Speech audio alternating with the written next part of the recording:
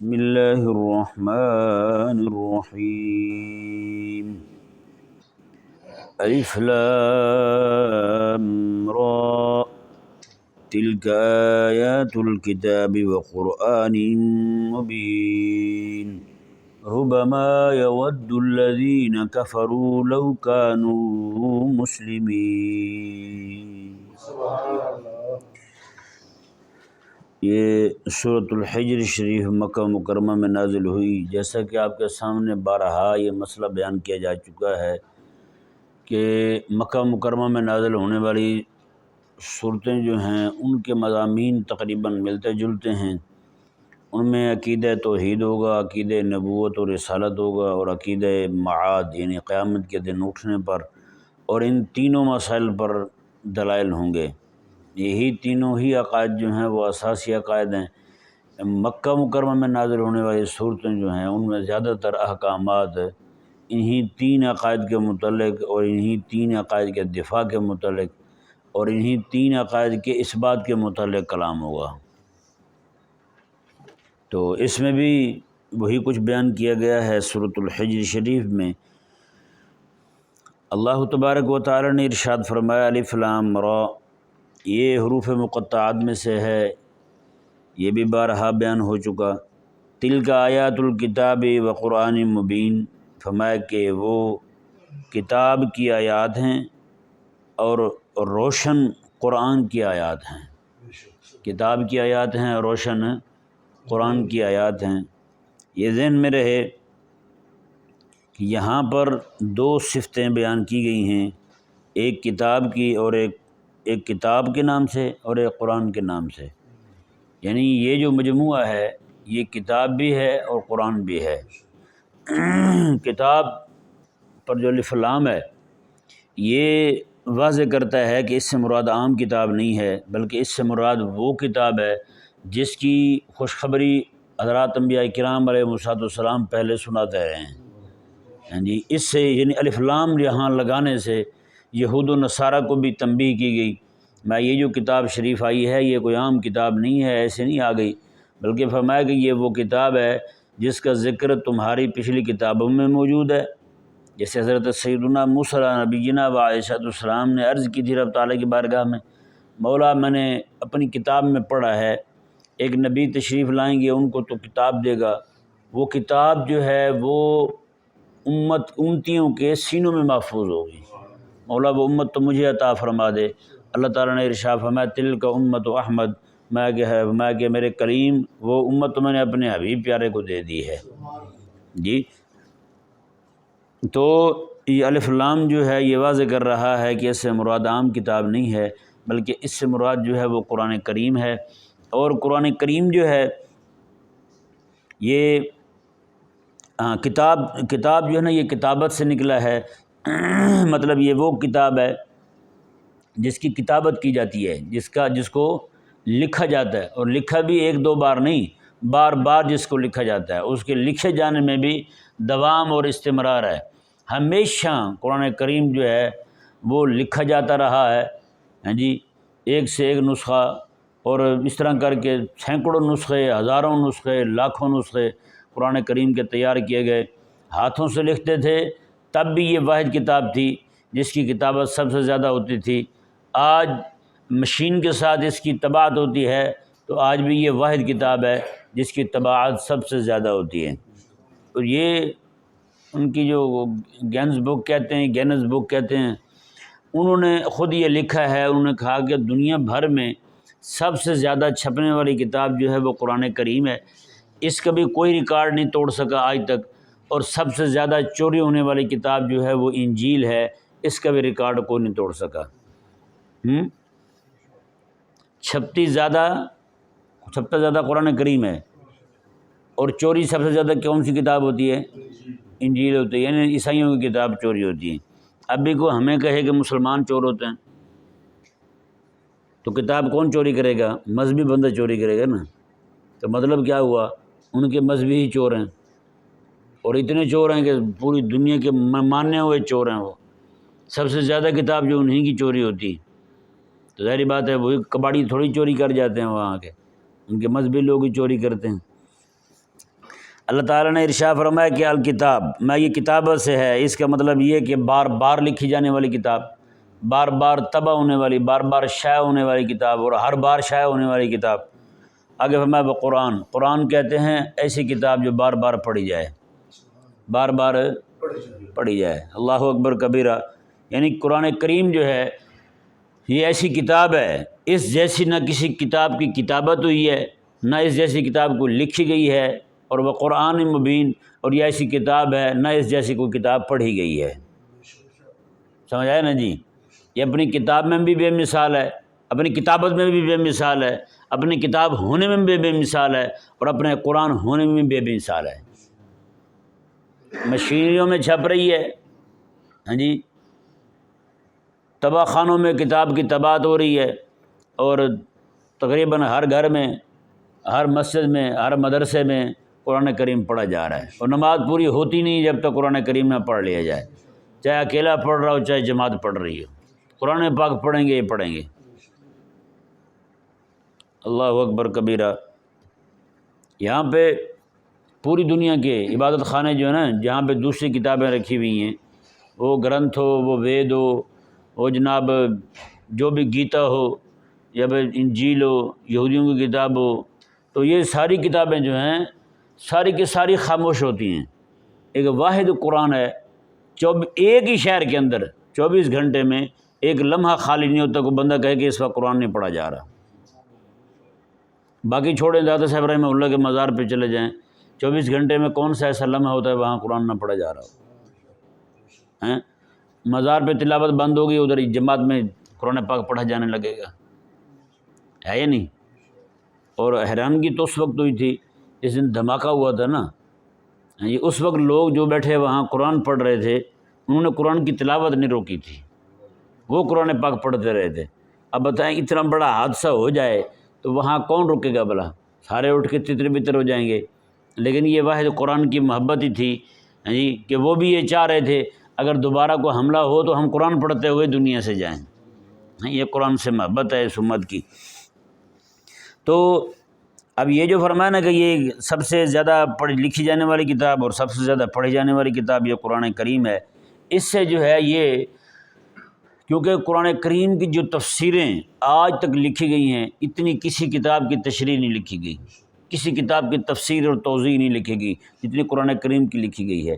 اور جتنا یہ قرآن کریم کے دفاع پر لکھا گیا ہے، جتنا قرآن کریم کے نفاذ کے متعلق لکھا گیا ہے، اتنا کسی کتاب کے متعلق نہیں لکھا گیا۔ اور جتنا اس قرآن کریم نے اس دنیا پر حکومت کی ہے اور آگے جا کر کے کرنی ہے، اتنا کسی کتاب نے حکومت نہیں کی، کسی کتاب نے حکومت نہیں کی تھی۔ یہ کتاب ہی حاکم بن کے رہی ہے، اسی کتاب کی ہی حکومت قائم ہونی ہے دوبارہ انشاءاللہ عز و جل۔ تو یہ جو عظمت اور شان اللہ تعالیٰ نے قرآن کریم کو عطا فرمائی ہے، پوری کائنات عالم میں کسی کو عطا نہیں فرمائی۔ اور آج بھی دیکھیں امت کے علماء جو ہیں وہ لکھے جا رہے ہیں، لکھے چلے جا رہے ہیں اپنے زمانے کے تقاضوں کے مطابق، اپنے زمانے کے جو ان کے زمانے کے دین دشمن ہوتے ہیں ان کے جو اعتراضات آتے ہیں ان کے جوابات کے طور پر لکھے جا رہے ہیں۔ اس طرح کر کے یہ کتاب کا جو لفظ ہے نا یہ ہمیشہ ہی لکھا جا رہا ہے یار، صرف یہ نہیں صرف کتابی صورت میں عربی اس کی جو ہے نا وہ طبع ہو رہی ہے، نہ اس کی نوکری پر جو کتابیں ہیں وہ بھی طبع ہو رہی ہیں، وہ بھی طبع ہو رہی ہیں۔ اور یہ مسئلہ ذہن میں رہے، قرآن مبین جو فرمایا نا یہ روشن آیتیں ہیں، روشن قرآن کی آیتیں ہیں جی۔ تو یہ بات واضح کرتی ہے کہ اس قرآن کریم کی بہت ساری کتابیں ہوتی ہیں وہ بڑی مغلق ہوتی ہیں جی، نہ ان کے احکامات میں تکمیلی شان ہوتی ہے نہ ان کے قصوں میں تکمیلی شان ہوتی ہے۔ یہ قرآن کریم جو ہے اس کے ہر معاملے میں تکمیلی شان ہے، جیسے اللہ نے فرمایا الیوم اکملت لکم، ہم نے کہ تمہارے لیے تمہارا دین پورا کر دیا ہے۔ اسی طرح کر کے اس کی ایک ایک آیہ مبارکہ جو ہے وہ اپنی تکمیلی شان کے ساتھ ہے، اپنی اتمامی شان کے ساتھ قرآن کریم نازل ہوا ہے۔ ایسا نہیں ہے کہ جناب قرآن کریم کی کوئی آیہ مبارکہ جو ہے، قرآن کریم کی جو عقائد ہیں وہ بھی روز روشن کی طرح آیا ہیں، قرآن کریم کی دی ہوئی جناب وہ نصیحتیں ہیں وہ بھی روز روشن کی طرح آیاں ہیں۔ قیامت تک کے لیے کوئی بندہ یہ نہیں کہہ سکتا سوائے اس کے کہ وہ ازلی بدبخت ہو یا اس کا دماغ خراب ہو، وہ تو یہ کہہ سکتا ہے یہ قرآن کریم جو ہے یہ پتھروں کے زمانے میں لے جانے والی کتاب ہے، وگرنہ اللہ تبارک و تعالی نے جو قرآن کریم کو نازل فرمایا ہے یہ قیامت تک کے لوگوں کے لیے ان کی ضروریات کو پورا کرنے کے لیے نازل فرمایا ہے، ہاں قیامت تک کے لیے۔ اللہ تعالی نے آگے ارشاد فرمایا، جی دیکھیں، ربما یود الذین کفروا لو کانوا مسلمین، پیچھے قرآن کریم کی شان بیان فرمائی، آگے قرآن کریم کے جو منکرین ہیں اور قرآن کریم کو چھوڑنے والے ہیں ان کی سزا بیان فرمائی، بلکہ ان کی تمنا بیان فرمائی، سزا آگے بیان ہوگی۔ اللہ تعالیٰ نے فرمایا ربما، یہ ربا جو ہے نا اصل میں ربا ہے، جی ربا یہ حروف جارہ میں سے ہے، مطلب اس کا یہ ہے کہ یہ ربا جو ہے یہ اصل میں آتا ہے اسم پر داخل ہوتا ہے، حروف جارہ جو ہیں وہ اسم پر داخل ہوتے ہیں، یہاں پر یہ فعل پر داخل ہوا ہے اور یہ ربما ہو گیا ہے، ربا ہو گیا ہے، تو یہ اس میں تخفیف اس لیے آئی ہے کہ یہ فعل پر داخل ہوا یہاں پر، اور فعل بھی مضارع پر، یہ عموماً فعل ماضی پر اسم پر داخل ہوتا ہے اور فعل پر داخل ہونے کی ایک ہی صورت ہے اس پر ما کافہ آ جائے، یہ ربا کے بعد ما ہے، یہ ربا الگ حرف ہے اور ما یہ الگ حرف ہے، ہاں جی یہ دونوں کو اکٹھے نہیں ہیں، ما الگ ہے ربا الگ ہے، تو یہ ربا میں جو تخفیف آئی ہے وہ بھی اس ما کی وجہ سے آئی ہے اور ربا جو فعل پر داخل ہو رہا ہے وہ بھی اس ما کی وجہ سے داخل ہو رہا ہے، تو اس لیے اس جو ما ہے اس کو کہتے ہیں ما کافہ، یہ ربا کو اس کے عمل سے روک دیتا ہے، یعنی اس کا عمل اسم کو جر دینا ہے اور فعل پر تو آتا ہی نہیں ہے، تو یہ ما آنے کی وجہ سے یہ اسم پر آنے والی جو اس کی ایک خواہش ہے وہ بھی ختم ہو گئی اور ما آنے کی وجہ سے یہ فعل پر بھی داخل ہو گیا، اور دوسرا جو ہے یہ عموماً یہ کہا جاتا ہے کتابوں میں کہ یہ ماضی پر ہی داخل ہوتا ہے، یہ یہاں یہ مضارع کا صیغہ آیا ہوا ہے ودّ یودّو، تو ودّ جو ہے نا وہ ماضی ہوتا ہے اور یودّو جو ہے یہ مضارع کا صیغہ ہے، لہذا یہاں پر یہ مضارع پر داخل ہوا ہے۔ تو اور ایک بات یہ رہ گئی کہ یہ تقلیل کے لیے بھی آتا ہے، تکسیر کے لیے بھی آتا ہے۔ تقلیل کا مطلب ہوتا ہے کسی شے کی کمی کو بیان کرنا اور تکسیر کا مطلب ہوتا ہے کسی شے کی زیادتی کو بیان کرنا۔ جی اب میں آپ کے سامنے دونوں ترجمے رکھتا ہوں، تکسیر والا بھی اور تقلیل والا بھی۔ تکسیر والا ترجمہ کیا ہے اور تقلیل والا کیا ہے یہ ملاحظہ فرمائیں۔ یہ اب تکسیر والا ترجمہ کرنے لگے ہیں۔ اللہ تعالیٰ نے ارشاد فرمایا ربما یود الذین کفروا، فرمایا کہ بہت زیادہ خواہش کریں گے کافر لو کانوا مسلمین، کاش کہ ہم مسلمان ہوتے، کاش کہ ہم مسلمان ہوتے۔ یہ لو جو ہے یہ تمنائیہ ہے، یعنی اس سے تمنا کسی کے دل کی ظاہر کرنی مقصود ہے۔ فرمایا کہ بہت زیادہ کہیں گے کافر کہ کاش کہ ہم مسلمان ہوتے، یہ دنیا میں بھی کہیں گے اور آخرت میں بھی کہیں گے۔ دنیا میں جیسے کہا انہوں نے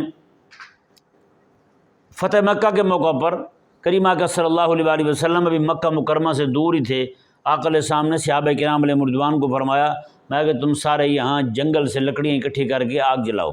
انہوں نے لکڑیاں جمع کر کے آگ جلائی اور پھر ہر ایک کو الگ الگ آگ لگانے کا حکم دیا آقا علیہ السلام نے۔ تو چونکہ 10,000 صحابہ کرام علیہ رضوان تھے، انہوں نے 10,000 جگہوں پہ جناب چولہے بکھا دیے وہاں پہ، 10,000 جگہوں پہ۔ اب جب 10,000 جگہوں پہ آگ لگا دی جائے تو آپ سوچ سکتے ہیں کہ وہ کتنے جناب بھنبڑ اٹھیں گے، وہاں سے آسمان سے اس کے شعلے بات کرنے لگے۔ تو یہ ایک دم سے مکے والے گھبرا گئے، انہوں نے کہا کہ ان کو یہ تو اطلاع مل چکی تھی کہ مدینہ منورہ سے رسول اللہ صلی اللہ علیہ وسلم تشریف لا رہے ہیں، تو ایک دم سے گھبرا گئے۔ انہوں نے کہا کہ یہ روٹی پکانے کے لیے اتنی آگ جلائی ہوئی ہے انہوں نے، تو بندے پتہ نہیں کتنے ہوں گے۔ ایک دم یہ ایک جنگی حکمت عملی تھی جو کریم آقا صلی اللہ علیہ وآلہ وسلم نے، یہ چیزیں ہوتی ہیں کہ اگلے کے اعصاب کو ناکام کر دینا، اگلے کے اعصاب میں طاقت ہی نہ رہے، اٹھنے کی ہمت ہی نہ رہے۔ تو کریم آقا علیہ السلام نے رات کے وقت 10 مختلف مقامات پر ایسے آگ جلا دی۔ تو اب ظاہری بات ہے وہ جب دور سے بندہ کھڑا ہو کے دیکھے گا تو وہ آگ پاس پاس ہی نظر آئے گی، گو کہ دور دور ہوگی۔ جب میں مثال دیتا ہوں آپ کو، آپ جب کسی جگہ پہ کھڑے ہو کے پہاڑوں کو دیکھیں تو وہ آپ کو پہاڑ قریب قریب نظر آئیں گے، لیکن جب آپ چاہیں کہ جناب میں اس پہاڑ سے اس پہاڑ پر چلا جاؤں تو پھر آپ کو پتہ چلے گا آپ پہنچتے کیسے ہیں، ہے نا؟ اب پھر جب پہنچیں گے پھر پتہ چلے گا، کیونکہ یہ تو وہ بات ہے جو ہمارے ساتھ خود ہوئی ہے، ہم نے تجربہ کیا ہے۔ ہمیں ایسے ہی جناب وہ پہاڑ نظر آیا، ہم پیدل چل پڑے، 4 گھنٹے چلتے رہے پھر بھی نہیں پہنچے وہاں پہ، ہیں جی۔ اس کے بعد پھر کہا نہیں جی اب گاڑی پکڑیں تو پھر جائیں، پھر ٹیکسی پکڑی تو اس پر بیٹھ کے ہم اس تک پہنچے۔ یہ والا یعنی کہ معاملہ، پہلے ہم جنگل میں چلتے رہے، پھر سڑک آئی تو پھر اس پہ بیٹھ کے اس طرح چلے گئے ہم، تو قریب قریب نظر آتے ہیں، لیکن جب بندہ چل پڑے تو پھر پتہ چلتا ہے جناب یہ کتنا دور دور ہے۔ تو ویسے آگ بھی دور دور کر کے دھنکائی گئی ہوگی، جب انہوں نے کھڑے ہو کے دیکھا تو ان کو ساری ایسے لگے کہ ایک ہی جگہ پہ آگ جل رہی ہے۔ اب کسی کو ہمت نہیں پڑ رہی کہ وہ جا کے دیکھ لے آگ کو، پتہ کرے کہ کیا معاملہ ہے۔ پورے مکے والے اندر سہمے ہوئے ہیں۔ ایک جو ہے نا ابو سفیان رضی اللہ عنہ، جنہوں نے ابھی تک کلمہ نہیں پڑھا تھا، یہ وہاں سے نکلے دیکھنے کے لیے آئے۔ حضرت عباس رضی اللہ تعالیٰ عنہ پہرا پر مقرر تھے، آقا علیہ السلام کے چچا جان، انہوں نے ان کو لے لیا، لے کر کے آقا علیہ السلام کے پاس گئے۔ آقا علیہ السلام نے فرمایا کہ ابو سفیان ابھی تک وقت نہیں آیا تمہارا کلمہ پڑھنے کا، ہیں وہ تمہارے خدا ان کا کیا بنا؟ تو وہ ان کی زبان سے پتہ کیا نکلا؟ وہ کہتے کہ اگر وہ خدا ان خداؤں کو وجود ہوتا تو آج ہمارے ساتھ نہ کھڑے ہوتے، آج ہماری مدد نہ کرتے۔ تم اتنا بڑا لشکر لے کے ہم پہ حملہ آور ہو گئے ہو، تو وہ اگر وہ ہوتے، ان کا کوئی وجود ہوتا تو ہماری وہ مدد نہ کرتے، وہ تو کہیں دکھ ہی نہیں رہے آج۔ یعنی کہ یہ الفاظ جو ہیں ان کے، یہ بتا رہے ہیں کہ ان کو بھی احساس ہو گیا ہے کاش کہ ہم مسلمان ہو جاتے اور پہلے ہی ہو جاتے ہیں۔ اور اسی طرح کر کے آقا صلی اللہ علیہ وسلم نے فتح مکہ کے موقع پر جب کعبہ مشرفہ کی دیوار کو ٹیک لگائے ہوئے آقا علیہ السلام نے فرمایا تھا ہمیں بتاؤ اب تمہارے ساتھ کیا کیا جائے؟ تم نے تو ہمارے ساتھ یہ کیا تھا کہ ہمارے بندوں کو شہید کیا، انہیں زخمی کیا، انہیں تکلیفیں دیں، انہیں مارا پیٹا، اور پھر ہمیں یہاں سے نکلنے پر مجبور کیا، تم جناب ہمارے قتل کے منصوبے بنانے لگے، اب تم بتاؤ تمہارے ساتھ کیا کیا جائے؟ ان کے جو الفاظ تھے وہ الفاظ بھی اسی پر دلالت کرتے ہیں کہ وہ دنیا میں ہی چاہ رہے تھے کاش کہ ہم مسلمان ہوتے، کاش کہ ہم مسلمان ہوتے۔ کریم آقا صلی اللہ علیہ وسلم نے ارشاد فرمایا بے قیامت کے دن مومن جو گنہگار ہوں گے وہ بھی جہنم میں، کافر تو ویسے وہیں ہوں گے۔ تو کافر جو ہے نا وہ مسلمانوں کو کہیں گے ہاں بھائی تم بتاؤ ذرا، تم تو کہتے تھے کہ ہم مسلمان ہیں، ہم کلمہ پڑھنے والے ہیں، تو ہم تو جنت میں جائیں گے، تو بتاؤ جہاں ہم ہیں وہیں تم ہو، ہم تو اکٹھے ہی ہیں یہاں پہ اور اکٹھے ہی رہیں گے۔ اللہ اکبر کبیرہ، جب وہ تانا دیں گے نا دشمن، اللہ تبارک و تعالیٰ جنت کا دروازہ کھول دے گا ان کے لیے، اسی وقت جنت کا دروازہ کھل جائے گا۔ جیسے دروازہ کھلے گا مومن دوڑ کے آئیں گے جہنم سے نکلنے کے لیے، کافر بھی بھاگ کے آئیں گے وہاں، جب ہم بھی نکل جائیں جہنم سے اور جنت چلے جائیں۔ مومن جیسے نکلیں گے کافر ایسے بھاگ رہے ہوں گے دروازے کی طرف، فوراً دروازہ بند کر دیا جائے گا، انہیں کہا جائے گا کہ نہیں یہ دروازہ صرف مومنوں کے لیے کھولا گیا تھا، تمہارے لیے نہیں کھولا گیا۔ اس وقت بھی کافر یہ تمنا کریں گے کاش کہ ہم بھی مسلمان ہوتے، کاش ہم بھی مسلمان ہوتے۔ تو یہ تو تمنا کرتے رہیں گے، مرتے دم بھی جب مریں گے اس وقت بھی تمنا کریں گے، جب قبر میں جائیں گے فرشتوں کے ساتھ ان کا معاملہ ہونا ہے وہاں بھی یہ تمنا کریں گے کاش ہم مسلمان ہوتے۔ تو کوئی ایک لمحہ بھی ایسا نہیں ہوگا جب ان کے دل میں یہ تمنا پیدا نہ ہو، لو کانوا مسلمین والا جملہ نہ بولیں، یہ اس وقت بار بار یہ کہیں گے۔ اور یہ تو معنی ہو گیا جی اس کا تکثیر والا۔ اب تقلیل والا دیکھیں، تقلیل والا جیسے وہ عموماً کہتے ہیں نا گھروں میں، باپ کہتا ہے بیٹے کو بیٹا سمجھنے والا نہ ہو، کہتا ہے کبھی تو سمجھے گا نا، تو کبھی تو سمجھے گا، آج تجھے سمجھ نہیں آ رہی، کسی نہ کسی دن سمجھے گا ضرور۔ یہی معنی تقلیل والا ہے۔ کون سا ہے؟ تقلیل والا ہے، مطلب یہ کہ کبھی تو سمجھ آئے گی نا تجھے، آج نہیں سمجھ آ رہی، آج تم مزے لے رہا ہے، خوشی کے پھول لے رہا ہے، ایک وقت آئے گا تجھے سمجھ آئے گی، پھر تیرے دل میں تمنا پیدا ہونی ہے، تو نے کہنا کاش کہ میں اسی وقت سدھر جاتا ہیں۔ اللہ اکبر کبیرہ۔ اللہ تعالیٰ نے یہاں ارشاد فرمایا میں کہ حبیب پیارے آج قرآن نازل ہو رہا ہے، قرآن کا انکار کر رہے ہیں، آپ سامنے ہیں، آپ کا انکار کر رہے ہیں، دعوت حق کے ساتھ لڑائی کے لیے بیٹھے ہوئے ہیں، آپ کے ساتھ دشمنیاں پالے ہوئے دل میں بیٹھے ہوئے ہیں۔ حبیب پیارے ایک آج نہیں تو کل ایک وقت ضرور آئے گا کہ ان کے دل میں بھی یہ تمنا پیدا ہوگی کہ ہم بھی مسلمان ہوتے، ہم بھی مسلمان ہو جاتے۔ اب اندازہ لگائے نا یہ مسلمان ہونا کتنی بڑی تمنا ہے۔ وہاں یہ کسی کے دل میں تمنا نہیں آئے گی میرے پاس بھی کوٹھی ہوتی، میں بھی بحریہ میں رہتا ہوتا، میں بھی DHA میں رہتا ہوتا، اور میں بھی جناب اسلام آباد میں رہتا ہوتا، یہ کسی کے دل میں نہیں آئے گی کہ میرے پاس لیموزین ہوتی، میرے پاس جناب فلاں گاڑی ہوتی، فلاں گاڑی۔ وہاں تمنا صرف یہ لو کے ساتھ جملہ ایک ہی بولیں گے، کاش کے مسلمان ہوتے، بتا نا۔ تو آج پھر نعمت ہے، یہ میسر ہے، جو کافر ہے وہ مسلمان ہو جائیں، جو مسلمان ہے وہ سدھر جائیں، ہے یا نہیں؟ دونوں جو ہیں وہ راہ حق کو قبول کر لیں۔ اللہ تبارک و تعالیٰ نے ارشاد فرمایا ربما یود الذین کفروا لو کانوا مسلمین، میں کافر پھر بہت زیادہ تمنا کریں گے، چاہیں گے یہ کافر کاش کہ ہم مسلمان ہوتے۔ ربما یود الذین کفروا لو کانوا مسلمین، میں کوئی وقت آئے گا کہ یہ لوگ خواہش کریں گے کہ کاش ہم بھی مسلمان ہوتے۔ اللہ تبارک و تعالیٰ سمجھنے کی توفیق عطا فرمائے۔